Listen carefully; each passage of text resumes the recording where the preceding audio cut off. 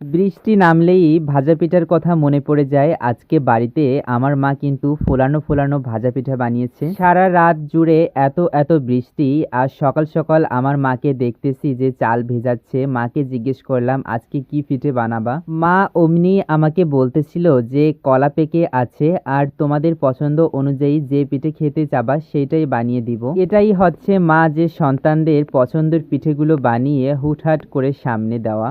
তো আজকে মা চালটা ভিজানো শেষ করে ঢেকিতে চলে গিয়েছে চাল কুটতে, আর ঢেকিতে সুন্দর করে চাল কুটে নিয়ে আসতে আজকে ভাজা পিঠা বানানো হবে। আর যেহেতু বাড়িতে কলাও পেকে আছে, কলারও একটা সুন্দর বড়া হবে। চাল কুটা মানেই আমার বাবার পছন্দের বাড়িতে প্রথমে সাজ পিঠা বানানো হয়, আর তার পরবর্তীতে ফোলানো ফোলানো ভাজা পিঠা বানাবে মা।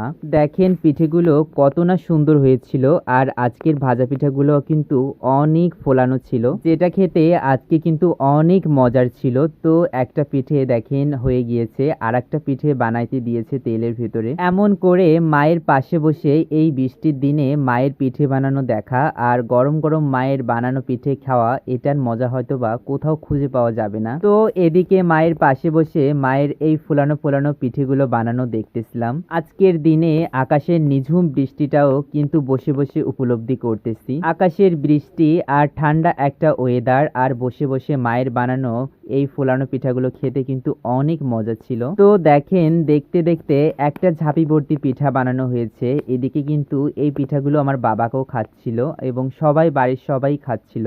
আমার কিন্তু সাজ পিঠা অনেক পছন্দের একটা খাবার, আর তার সাথে যদি কষা মাংস হয়ে থাকে, মাংসের ঝোল, তাহলে তো কোনো কথাই নেই। এই তো দেখেন কাঁঠালের আটিটাও ভাজা হচ্ছে।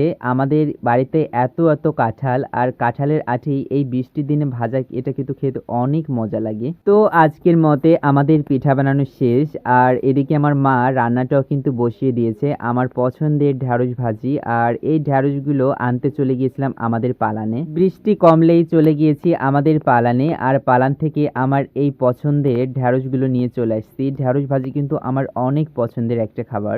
ঢ্যাঁড়স ভাজির সাথে আজকে যেহেতু বৃষ্টি নেমেছে, আর বৃষ্টি নামলে কিন্তু মাংসের ঝোলের কথা মনে পড়ে যায়। আর একটু বৃষ্টি আর এই কষা কষা মাংস, এটা দিয়ে আমি দেখেন ভাত খেতে বসবো। কষা মাংস খেতে কিন্তু অনেক মজা, আর কষা মাংস দিয়ে ভাত দিয়েও কিন্তু ট্রাই করে দেখলে ওইটা অনেক মজা লাগে। আর সাথে একটু লেবু দিয়ে দিচ্ছিলাম। তো বন্ধুরা, আপনাদের বাড়িতে এই বৃষ্টির দিনে কি কি পিঠা বানানো হয়েছে এবং কি কি খাবার বানানো হয়েছে সেগুলো কিন্তু আপনারা কমেন্টে নিশ্চয়ই বলবেন। এদিকে দেখেন পাঙ্গাস মাছ ছিল, এটা হচ্ছে ফ্রিজে রাখা ছিল, আর এই মাছটা এনে আজকে এই মাছের সুন্দর সুন্দর একটা তরকারি রান্না করা হবে। কিন্তু যাই বলেন না কেন, বাড়িতে মাংসের ঝোল হলে